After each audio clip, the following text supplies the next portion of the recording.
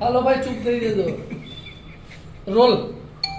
મારું નામ દિનેશભાઈ ઓરા, શહેર કોંગ્રેસ પ્રમુખ ધોરાજી. આજ રોજ એટલા માટે પ્રેસ કોન્ફરન્સ કરવામાં આવી છે કે ધોરાજી નગરપાલિકાની અંદર જ્યારથી ભારતીય જનતા પાર્ટીનું શાસન આવ્યું છે ત્યારથી માત્ર ભ્રષ્ટાચાર કરવાના ઈરાદાથી જાણે નગરપાલિકા કબજે કરી હોય એવું લાગી રહ્યું છે.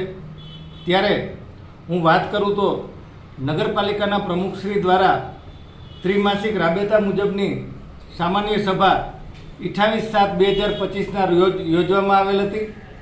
આ સામાન્ય સભાના વિષય નંબર 3, જેમના પેટા વિષય નંબર 16, 18, 20 અને 23, એમનો જે ઠરાવ કરવામાં આવ્યો છે એ ઠરાવ નંબર 44થી ઠરાવ કરવામાં આવ્યો છે.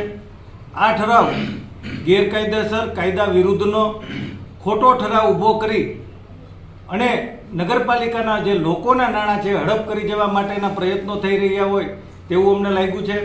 અને આ ખોટો ઠરાવ ઊભો કરી અને ખરા તરીકે એનો ઉપયોગ કરી અને નગરપાલિકાના જે નાણાં છે એ ઉચાપત કરવામાં આવતી હોય તેવું લાગે છે. ત્યારે અમોએ જે ઠરાવની વાત છે 44 નંબરનો ઠરાવ, પ્રમુખશ્રીને જે સત્તા નથી ખર્ચ કરવા માટેની, એ ખર્ચ સત્તા બહારનો ખર્ચ પ્રમુખશ્રી દ્વારા કરવામાં આવ્યો છે.